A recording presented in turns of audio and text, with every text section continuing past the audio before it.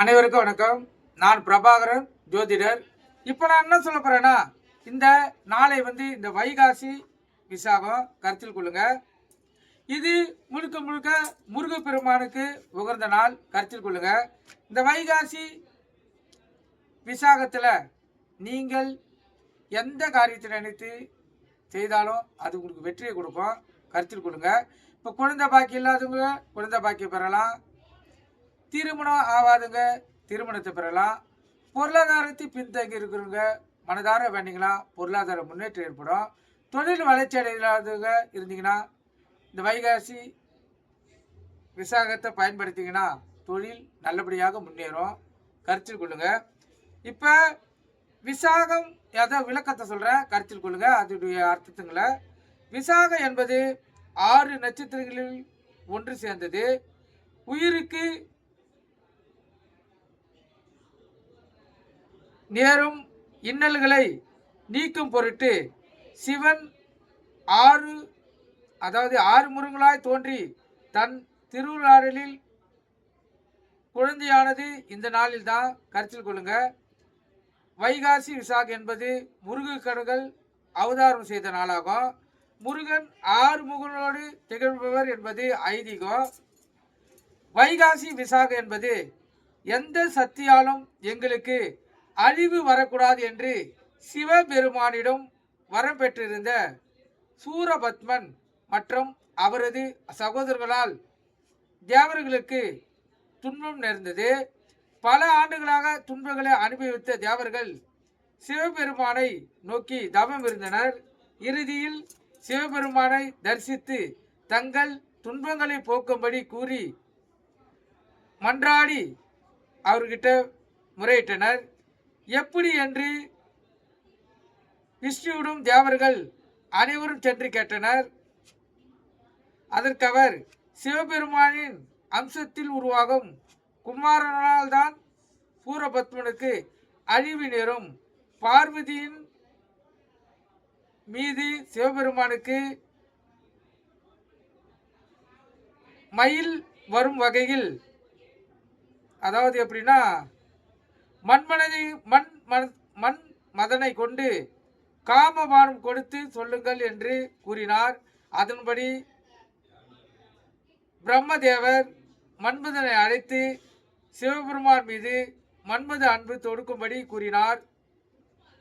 நெருப்பே வடிவமான ஈசனின் கோபத்தை பற்றி தெரிந்த மன்மதன் பயந்து எவ்வளவோ மறுத்தும் இறுதியில் என் சாபத்துக்கு ஆளாவா என்று பிரம்மதேவர் மிரட்டலுக்கு பின் அடிபணிந்தார் மன்மதன். நந்தி தேவனிடமும் அனுமதி பெற்று உள்ளே சென்று மன்மதன் யோக நிலையில் இருந்த சிவனின் மீது காமபானத்தை தொடுத்தார். அந்த அன்பு அவரை தொடும் முன்பே அனைத்தும் அறிந்த ஈசன் தன் நெற்றிக்கண்களை திறந்து மன்மதனை எரித்து சாம்பலாக்கினார். தேவர்கள் அனைவரும் பயத்தில் நடுங்கி போய்விட்டனர். அவர்கள் ஈசன் முன்பு போய் அவரை துதித்து பாடத் தொடங்கினர். சாந்த நிலைக்கு வந்த ஈசன் இமயமலை சென்று பார்வதியை மணமுடித்து கைலாகம் திரும்பினார். அப்போது தேவர்கள் சூரபத்மனை அழிக்கும் வகையில் உங்களுக்கு நிகராக மைந்தனை தாங்கள் தந்தருள வேண்டும் என்று வேண்டினர். தேவர்களுக்கு மேலும் துன்பம் அளிக்க விரும்பாத சிவபெருமான் அவரின் 6 முகத்தில் இருந்தும் 6 தீப்பொறிகளை தோன்றி சூரியனை காட்டிலும் பல மடங்கு ஒளி பொருந்தி அந்த தீப்பொறி வெளிக்கொழுந்த சத்தமும் வெப்பமும் தேவர்கள் அனைவரையும் நடுநடுங்க செய்தது. பின்னர் அந்த 6 தீப்பொறிகளையும் கங்கையில் விடும்படி அக்னி மற்றும் வாயு தேவர்களுக்கு சிவபெருமான் உத்தரவிட்டார். அவர்கள் அதனை கங்கையில் சேர்த்தனர். கங்கை அந்த 6 தீப்பொறிகளையும் சரவண பொய்கையில் கொண்டு போய் சேர்த்தது. அங்கு 6 தீப்பொறிகளும் 6 அழகிய திருவுருவம் கொண்ட குழந்தைகளாக மாறின. அந்த குழந்தைகளை 6 தாமரை மலர்கள் தாங்கின. வானவர்களுக்கும் வையகத்தில் அனைவருக்கும் வாழ்வழிக்க வந்துவிட்டான் ஆறுமுக பெருமான் என்று எங்கும் ஒரே முழக்கம்.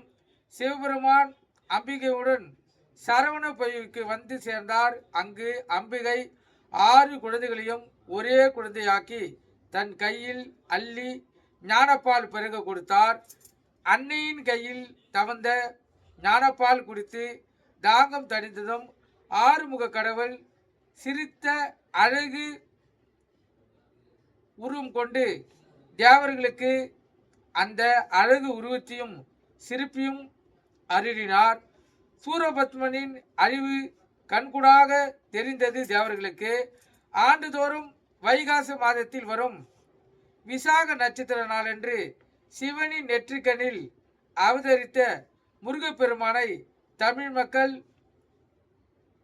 விசேஷமாக வழிபட்டு கொண்டாடுகின்றனர். கருத்தில் கொள்ளுங்க. வைகாசி விசாகம் விரத முறை பார்த்தீங்கன்னா வைகாசி விசாகத்தன்று விரதம் இருப்பவர்கள் அதிகாலையில் 4:30 மணிகளில் இருந்து 6 மணிக்குள் எழுந்து குளித்து முடித்து அன்று நாள் முழுவதும் விரதம் இருக்க வேண்டும். அவ்வாறு இருக்க முடியாதவர்கள் ஒருவேளை உணவு உட்கொள்ளலாம். மற்றவர்கள் பால் கனி வகைகளை சாப்பிட்டு விரதம் இருக்கலாம். விரதம் இருக்கும்போது முருகனுக்குரிய 6 எழுத்து மந்திரமான சரவண பவ என்பதை சொல்லலாம். திருப்புகழ் மற்றும் கந்த சஷ்டி கவசத்தை படிக்கலாம், பாடலாம், பாட்டாக கேட்கலாம். அது மட்டுமின்றி முருகன் கோவிலுக்கு சென்று விளக்கேற்றி வழிபடுவது நல்லது நடக்கும். அதேபோல் முருகன் கோவிலில் அமர்ந்துள்ள மலையை சுற்றி கிரிவலம் வந்தால் சிறப்பான பலன்கள் கிடைக்கும். அதாவது குழந்தை பாக்கி இல்லாதவங்களுக்கு முக்கியமாக குழந்தை கிடைக்கும். கருத்தில் கொள்ளுங்க. ஏன்னா இந்த வைகாசி விசாகம் போல முருகப்பெருமான் உதித்தது போல கண்டிப்பாக அந்த தாய் தந்தர்களுக்கு குழந்தை பாக்கி ஏற்படும் முன்னோர்களுடைய அசைக்க முடியாத நம்பிக்கையான கருத்தில் கொள்ளுங்க. குழந்தை பாக்கி இல்லாதவங்க நாளைக்கு முழுக்க முழுக்க இந்த விரதத்தை கடைபிடித்து முருகப்பெருமானை மனதார வணங்குங்க. முருகப்பெருமானுக்கு ஏதாவது வேண்டுதல் வைங்க. கண்டிப்பாக உங்களுடைய குழந்தை பாக்கியம் நிறைவேற்றப்படும். கருத்தில் கொள்ளுங்க. அதே போல இந்த விரதம் இருந்தீங்கன்னா பலன் பார்த்தீங்கன்னா விசாக ஞானத்துக்குரிய நட்சத்திரம் வைகாசி விசாகத்தன்று விரதம் இருந்து பால் குடம் பால் காவடி எடுத்து முருகப்பெருமானை வணங்கினால் ஞானமும் கல்வியும் பெருகும்.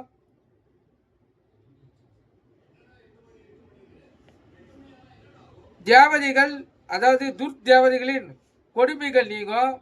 பாக்கிய தேவதைகளின் அருள்கள் கிடைக்கும்.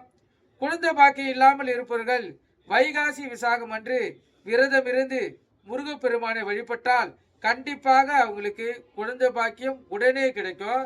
வைகாசி விசாக திருநாள் என்று ஒருவேளை மட்டும் உணவு கொண்டு விரதம் இருந்து முருகப்பெருமானுக்கு பால் காவடி எடுத்து பால் அபிஷேகம் செய்தால் சகல நன்மைகளையும் கிடைக்கன்னு சாஸ்திரமும் கூறுகிறது, முன்னோர்களும் கூறுகிறார்கள். இந்த விரதம் இருப்பவர்களுக்கு அனைத்து செல்வங்களும் கிடைக்கும். அதே போல பகை விலகும், துன்பம் நீங்கும். மேலும் இந்நாளில் குடை, செருப்பு, மோர், பானம், எந்த பானம் இருந்தாலும் சரி, அதே போல தயிர் சாதம் முதலியவற்றை ஏழைகளுக்கு தானம் செய்தால் திருமணம் நடக்காதவங்களுக்கு திருமணம் கைகூடும். குழந்தை பேர் இல்லாதவங்களுக்கு குழந்தை பேர் உண்டாகும். அதே போல குலம் செழித்து விளங்கும், குலம் ஓங்கி நிற்கும். எந்த ஆபத்துகள் வந்தாலும் அகலும், அதாவது விலகும். கருத்தில் கொள்ளுங்க. இந்த வைகாசி விசாகத்தை பயன்படுத்தி வாழ்க்கையில் வெற்றி பெறுங்கள், நன்மை அடைங்கள். நன்றி, வணக்கம். நம்ம சேனலை சப்ஸ்கிரைப் பண்ணால் சப்ஸ்கிரைப் பண்ணுங்க. எனக்கு தெரிந்த கருத்துக்களையும் என் முன்னோர்கள் அளித்த கருத்துக்களையும் நூலில் இருக்க சிறந்த கருத்துக்களையும் தான் சொல்லினுக்கிறேன். பயன்பாட்டில் பொருந்தக்கூடிய கருத்தை தான் சொல்கிறேன். கருத்தில் கொண்டு நீங்கள் பயன்பெறுங்க. நன்றி, வணக்கம்.